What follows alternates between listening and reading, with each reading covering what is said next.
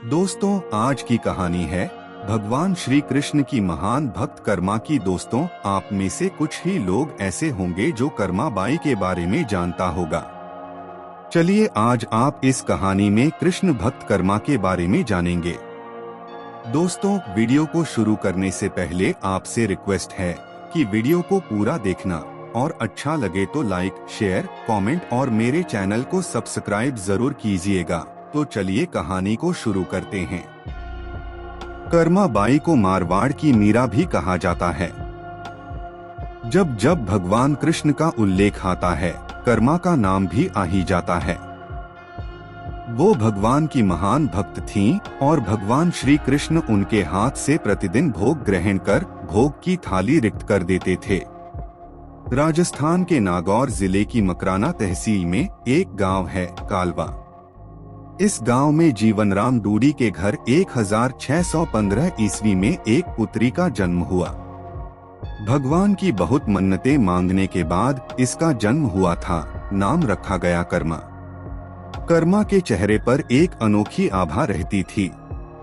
जीवनराम स्वयं धार्मिक पुरुष एवं अनन्य कृष्ण भक्त थे। उन्होंने भगवान के नाम मदन मोहन से अपने घर में कृष्ण भगवान का मंदिर बना रखा था। वे प्रतिदिन भगवान कृष्ण की पूजा करते और भोग लगाते तथा भगवान को भोग लगाने के बाद ही भोजन ग्रहण करते। यह उनके घर का नित्य का नियम था। इसी प्रकार समय बीतता गया। कर्मा बाई प्रतिदिन अपने पिता को श्री कृष्ण भगवान की पूजा करते देखती, उनको भोग लगाते देखती। यही सब देखते सीखते कर्मा बाई का बचपन बीत रहा था। बचपन से ही उस नन्ही कर्मा में भक्तिभाव के संस्कार थे। इन्हीं संस्कारों के बीच पलते बढ़ते कर्मा 13 वर्ष की हो गई। एक बार जीवनराम को कार्तिक पूर्णिमा स्नान के लिए पुष्कर जाना था। उनकी पत्नी भी उनके साथ जा रही थी। वे कर्मा को भी साथ ले जाना चाहते थे, लेकिन एक समस्या आ गई। उनकी अनुपस्थिति में भगवान को भोग कौन लगाता। इसलिए उन्होंने कर्मा को यह जिम्मेदारी सौंपी और बोले, पुत्री, हम दोनों पुष्कर स्नान के लिए जा रहे हैं। तुम सुबह भगवान को भोग लगाना और उसके बाद ही भोजन करना। कर्मा ने यह जिम्मेदारी सहर्ष स्वीकार कर ली। माँ पिता के तीर्थ यात्रा के लिए जाने पर कर्मा ने सुबह स्नान आदि कर बाजरे का खिचड़ा बनाया और पूजा के लिए अपने घर में बने भगवान के मंदिर के समीप आ गई। भोग की थाल भगवान के सामने रखकर हाथ जोड़कर बोली, हे प्रभु, भूख लगे तो भोग लगा हुआ है, आप भोग ग्रहण कर लेना, तब तक मैं घर के और काम कर लेती हूँ। इसके बाद वह काम में जुट गई। बीच बीच में वह थाली देखने आती, लेकिन भगवान ने खिचड़ा नहीं खाया था। बहुत देर होने के बाद भी जब भगवान जी ने भोग ग्रहण नहीं किया तो उसे चिंता हुई कि क्या पता भगवान जी को खिचड़े में स्वाद न आ रहा हो, इसलिए ग्रहण नहीं कर रहे। इसमें घी की या गुड़ की कमी रह गई क्या। फिर जाकर उसने और गुड़ व घी मिलाया और वहीं बैठ गई। लेकिन भगवान ने फिर भी भोग ग्रहण नहीं किया। तब मायूस होकर उसने कहा, हे प्रभु, आप भोग ग्रहण कर लीजिए। माँ बापू पुष्कर नहाने गए हैं। आपको भोग लगाने अभी कुछ दिन वो लोग नहीं आएंगे। आपको भोग लगाने की जिम्मेदारी मुझे दी गई है, इसलिए आपके भोग लगाने के बाद ही मैं खाना खाऊंगी। परंतु भगवान जी ने फिर भी भोग ग्रहण करना शुरू नहीं किया। फिर कर्मा उनसे शिकायत करते हुए बोली, माँ पिताजी, जब भोग लगाते हैं तब तो आप भोग ग्रहण कर लेते हैं, फिर आज क्यों भूखे बैठे हैं। इतनी देर हो गई है, खुद भी भूखे बैठे हैं और मुझे भी भूखा रखा है। यह सब बोलकर वह भगवान के भोग ग्रहण करने की प्रतीक्षा करने लगी। परंतु यह क्या, अब तो सुबह से दोपहर समाप्त हो शाम हो चली थी। भूखी कर्मा अब रुआसा हो गई और दुखी हो रोते हुए बोली, हे भगवान जी, आप ग्रहण कर लीजिए भोग, अन्यथा मैं भी भूखी ही रह जाऊंगी। अंतः कान्हा के काठ की मूर्ति से आवाज आई, कान्हा बोले, कर्मा तुमने पट बंद किया ही नहीं तो मैं भोग ग्रहण कैसे करूं? यह सुनकर कर्मा ने पट खींचकर ओट कर दी। भगवान श्री कृष्ण ने खिचड़े का भोग ग्रहण किया और थाली पूरी खाली हो गई। कर्मा ने पलट कर देखा तो भोग की थाली में भोग नहीं बचा था। तब कर्मा बोली, भगवान जी, इतनी सी बात थी तो पहले बता देते, खुद भी भूखे रहे और मुझे भी भूखी रखा। इसके बाद कर्मा ने खिचड़ा खाया। अब तो प्रतिदिन कर्मा खिचड़ा बनाती और भगवान जी भोग ग्रहण करने आते। इसी बीच उसे लगने लगा कि उसे सबसे पहले भगवान को भोग लगा देना चाहिए। क्या पता उन्हें जल्दी भूख लग जाती हो। साफ सफाई, नहाने धोने के कारण भगवान के भोग में देर हो जाती है। फिर वह सबसे पहले उठकर भोग बनाती और प्रभु को भोग लगा लेती। फिर अपने दिन भर के काम करती। कुछ दिनों बाद उसके माता पिता तीर्थ से लौट आए। आते ही पिता ने अपनी लाडली पुत्री से पूछा, पुत्री तुमने किसी भी दिन भगवान को भूखा तो नहीं रखा? कर्मा बोली, नहीं पिताश्री, मैंने भगवान जी को प्रतिदिन भोग लगाया। फिर जब माँ रसोई घर में गई तो देखा जाते समय तो गुड़ का मटका पूरा भरा था, अब खाली कैसे हो गया? उन्होंने कर्मा को बुलाया और पूछा, पुत्री गुड़ कहाँ है? कर्मा ने बताया कि रोज भगवान कृष्ण उसके पास आते और खिचड़े का भोग ग्रहण करते। कहीं मिठास कम न हो जाए इसलिए खिचड़े में गुड़ कुछ ज्यादा डाल दिया। उसने पहले दिन हुई परेशानी के बारे में भी बता दिया। कर्मा ने कहा, भगवान जी ने बहुत देर तक ग्रहण ही नहीं किया था भोग, फिर पट बंद करने पर किया। यह सुनकर माता पिता चकित रह गए। वे जिन ईश्वर के आशीर्वाद हेतु इतनी दूर तीर्थ यात्रा पर गए थे, जिन्हें पाने के लिए लोग न जाने क्या क्या करते हैं, कहां कहां ढूंढते हैं, वे भगवान उनकी बेटी के हाथ से उनके घर में खिचड़ा खाते हैं। यह कैसे संभव है? उन्हें चिंता भी हुई कि बेटी बावली तो नहीं हो गई है। ये भी सोच लिया कि क्या पता कर्मा ने ही पूरा गुड़ खा लिया हो। इस पर कर्मा ने कहा, अगर आपको यकीन नहीं है तो कल देख लीजिए, मैं खुद भगवान को भोग लगाऊंगी। इस आश्चर्य से वे रात भर सो नहीं पाए। दूसरे दिन कर्मा ने खिचड़ा बनाया और मंदिर में भोग की थाली रखकर पट बंद कर दिया और बोला, हे भगवान जी, ये लोग नहीं मान रहे कि मैंने आपको ही गुड़ घी खिलाया है। अब आप भोग खाकर स्वयं सिद्ध कीजिए। भक्त की पुकार सुन भगवान को आना ही था और कान्हा खिचड़ा खाने आ गए। जब पट खुला तो जीवनराम और उनकी पत्नी आश्चर्यचकित थे कि भोग की थाली में भोग बचा ही नहीं है। फिर कर्मा का जीवन प्रतिदिन भोग लगाते ही निकला। जब उनके माता पिता नहीं रहे तब वे एक दिन अपने कान्हा की मूर्ति साथ लेकर तीर्थाटन के लिए निकल पड़ी। परंतु भगवान की कृपा से उन्हें हर दिन खिचड़ा बनाने के संसाधन मिल ही जाते और वे प्रतिदिन कान्हा को खिचड़ा खिला लेती। तीर्थाटन करती हुई देवी कर्मा भगवान जगन्नाथ की नगरी पहुंच गईं और वहीं रहने का मन बना लिया। वहां भी रोज भगवान को खिचड़े का भोग लगाती और पट बंद कर देती।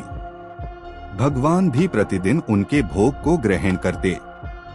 जिस दिन उन्होंने पहली बार जगन्नाथ पुरी में खिचड़ा बनाया, उसी दिन उनके पास से जा रहे एक बालक ने उनसे कहा, माता, घी की बड़ी अच्छी सुगंध आ रही है, क्या भोजन बचा है? देवी कर्मा ने कहा, हाँ बालक, बचा है, तुम बैठो, मैं तुम्हें देती हूँ। यह कहकर देवी कर्मा ने उस बालक के लिए भी खिचड़ा लगा दिया। बालक पूरे मन से स्वाद लेकर खा रहा था। देवी कर्मा को यह देखकर सुख की अनुभूति हो रही थी। उस बालक ने खाते खाते पूछा, माता, क्या मैं कल आऊंगा तो भी मुझे खिचड़ा खिलाओगी? यह सुनकर देवी कर्मा मुस्कुराई और बोली, हाँ पुत्र, तुम यदि प्रतिदिन आओगे तो मैं प्रतिदिन तुम्हें खिचड़ा खिलाऊंगी। तुम निसंकोच आना। यह सुनकर बालक प्रसन्न हुआ और प्रतिदिन देवी कर्मा के पास खिचड़ा खाने आया करता था।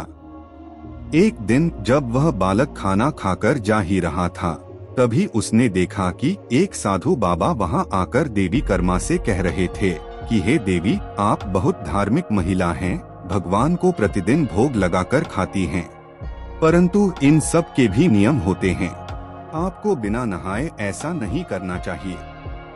आप तो भगवान की परम भक्त लगती है, सो हे देवी, प्रतिदिन साफ सफाई करने के बाद नहा धोकर ही भगवान का भोग बनाया करें और लगाया करें।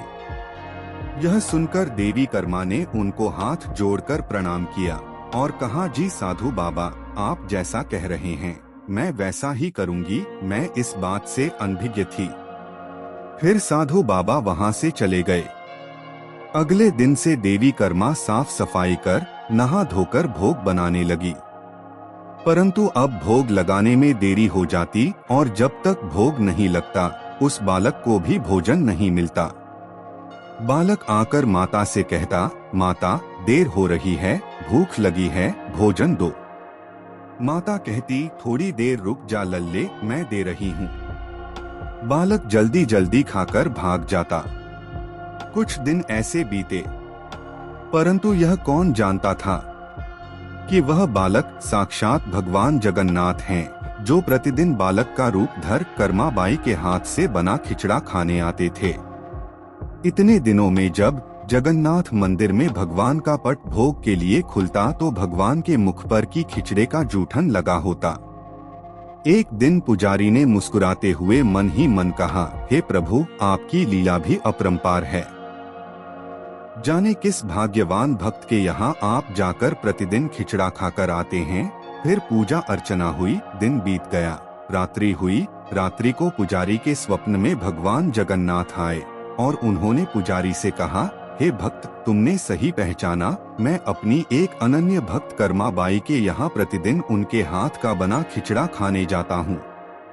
वह मुझे बिल्कुल अपने पुत्र सा लाड करती हैं। उनकी भक्ति से मैं अति प्रसन्न हूँ, परंतु इसी मंदिर के एक साधु ने उन्हें कुछ आम जीवन की ज्ञानवर्धक बातें एवं उपासना का तरीका समझाया, जिससे मुझे भोग लगाने में अब उनसे देरी हो जाती है। इसी वजह से मेरे मुंह पर खिचड़ा लगा रह जाता है। प्रभु की लीला भी अपरंपार है, वह तो सर्वव्यापी है। एक ही समय अलग अलग स्थान पर हो सकते हैं, परंतु मुख पर खिचड़ा लगाने की लीला उन्होंने इसलिए रची ताकि पुजारी के मन में यह प्रश्न उठे। उस प्रश्न के निवारण में प्रभु पुजारी जी को यह बता सकें कि आम जीवन में हम अपने ज्ञान को जब दूसरे को बताते हैं तो वह सदैव ज्ञान के लिए होना चाहिए, न कि भक्ति के भाव को बदलने के लिए। क्योंकि सांसारिक जीवन के लिए ज्ञान आवश्यक है, ज्ञान महत्वपूर्ण है, परंतु जहाँ भक्ति होती है वहाँ ज्ञान का कोई काम नहीं है। भक्ति में भक्त अपने प्रभु के प्रेम में डूबा रहता है। उपासना के कई तरीके हैं। जितने भक्त जितने उपासक, उपासना के उतने तरीके। जब ईश्वर ने ही उपासना के तरीकों पर प्रश्न नहीं उठाया तो किसी को भी किसी और की भक्ति पर प्रश्न नहीं उठाना चाहिए। साधु गलत नहीं थे, साधु अपने ज्ञान के हिसाब से ही कार्य कर रहे थे, वह सही थे, परंतु उन्हें यह नहीं पता था कि जो महिला प्रभु को बिना नहाए खाना देती है उसका भाव सिर्फ इतना था कि मेरे प्रभु को जल्दी खाना मिल जाए, वह भूखे ना रह जाएं, और यह प्रेम भाव प्रभु के लिए हर नियम से ऊपर था। इन बातों को सुनकर पुजारी जी ने साधु बाबा को बुलवाकर यह बात कही। साधु बाबा को भी अपनी गलती का एहसास हुआ कि वह भगवान और भक्त के बीच में आ रहे थे, और उन्होंने बिना समय गवाए माता कर्मा के पास जाकर कहा कि हे देवी, आप जैसे प्रभु को पहले भोग लगाती थी वैसे ही लगाइए। मैं आपकी भक्ति नहीं समझ पाया, इसलिए मुझे क्षमा करें। देवी कर्मा ने कहा, जी ठीक है, मैं कल से फिर से उसी समय पर वैसे ही भोग लगाऊंगी। माता कर्मा ने फिर उसी तरीके से भोग लगाना शुरू कर दिया और भगवान के मुख पर खिचड़े का जूठन अब नहीं लगा होता। ऐसे ही कई वर्ष बीत गए। एक दिन पुजारी जी ने देखा भगवान की आंखों से आंसू बह रहे हैं और वह भोग ग्रहण नहीं कर रहे। तब उन्होंने मन ही मन फिर से पूछा, हे प्रभु, ऐसा कौन सा अपराध हुआ हमसे कि आपने भोग ग्रहण नहीं किया और आपकी आंखों से आंसू भी बह रहे हैं। प्रभु, यदि हमसे कोई अपराध हुआ है तो हमें क्षमा करें और भोग ग्रहण करें। आपके भक्तजन प्रसाद के लिए प्रतीक्षा कर रहे हैं। फिर क्या था, भक्तवत्सल प्रभु ने प्रसाद ग्रहण कर लिया, परंतु प्रभु के भोग देर से ग्रहण करने की बात और उनके आंखों से अश्रु बहने की बात पूरे प्रजा में तेजी से फैल गई। यह बात महाराज तक जा पहुंची। महाराज अतिशीघ्र मंदिर पहुंचे और वे पुजारी जी से विचार विमर्श करने लगे। फिर उन दोनों ने भगवान के पास हाथ जोड़कर विनती की कि प्रभु, कृपया हमें बताएं कि इस बात का क्या संदेश है। रात्रि पहर जब वह सो रहे थे, तब भगवान राजा के सपने में आए और उन्होंने कहा कि मेरी एक अनन्य भक्त थी, कर्मा बाई, जो प्रतिदिन मुझे खिचड़े का भोग लगाती थी और मैं प्रतिदिन उनके यहाँ बालक रूप में जाकर खाया करता था। परंतु आज उन्होंने अपने अंतिम श्वास लिए और मुझ में सदैव के लिए लीन हो गई।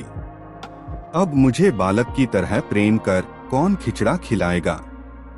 यह सुन महाराज ने सपने में ही भगवान से कहा कि प्रभु, आज से प्रतिदिन आपके भोग में कर्मा बाई का खिचड़ा भी चढ़ेगा।